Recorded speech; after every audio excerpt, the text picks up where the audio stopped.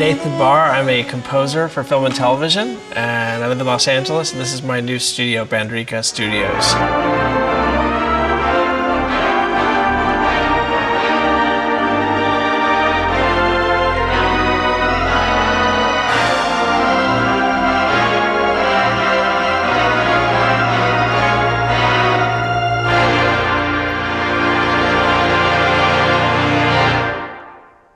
So today was a fun day because some of the unusual instruments that I've been building over the past couple years and collected, we got to really sort of experiment with recording those in sort of a way that I've long imagined recording them, with sort of these loopable pieces of music. And we got to play around in Arcade a bit with some of these sounds, and really, it was really cool.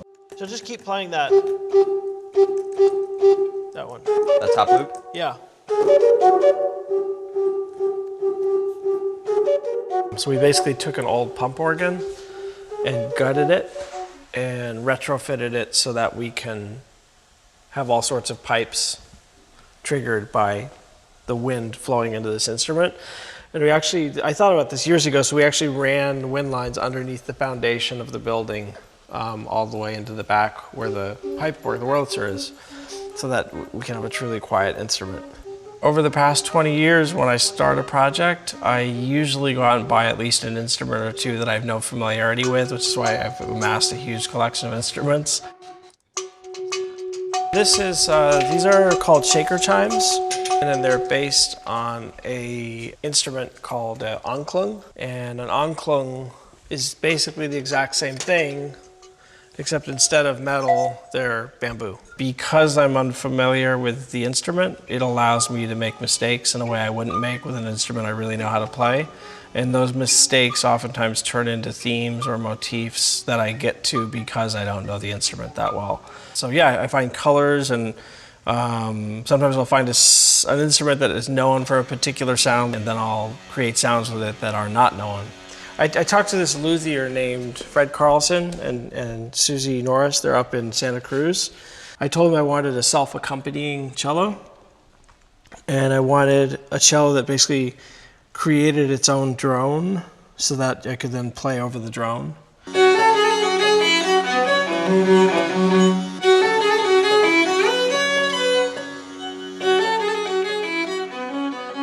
I'm not a keyboard player. So the interesting thing about experimenting with some of these loops and with Arcade is, because I don't play, all I could do is kind of push down keys.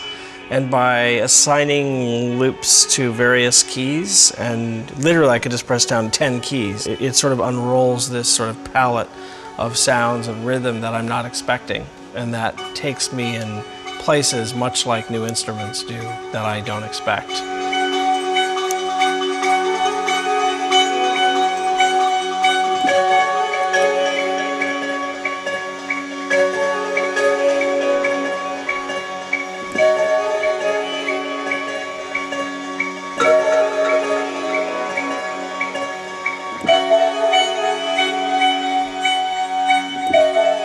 It's a very sort of unfamiliar way to experiment with new sounds, and I can see that being very useful in terms of working with a scene or a tight deadline and having it all right there at my fingertips.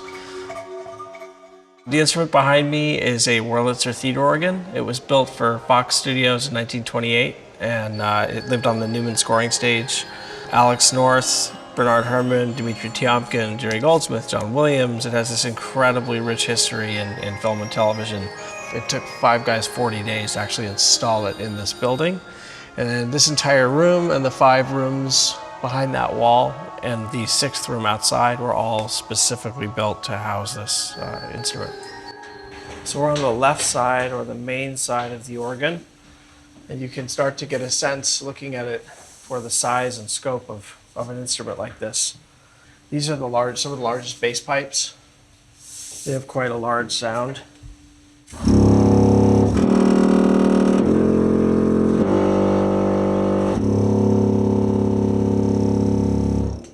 you can literally feel the whole room right now vibrating. It's pretty amazing. So these are the smallest pipes in the organ.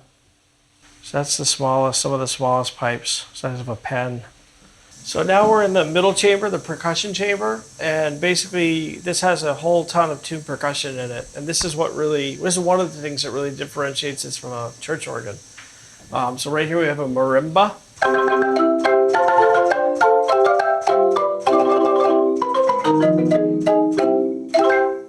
And then we have under here, if you look under here, there are tuned sleigh bells tied to these straps.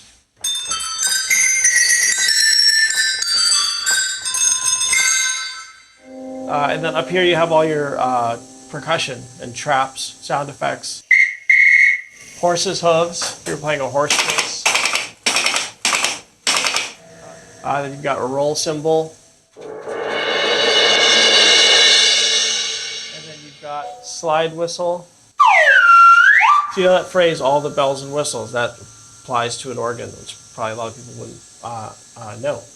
I'm someone who's always steered away from synths. It just hasn't been my passion. My passion is like cello or these real instruments I can interact with.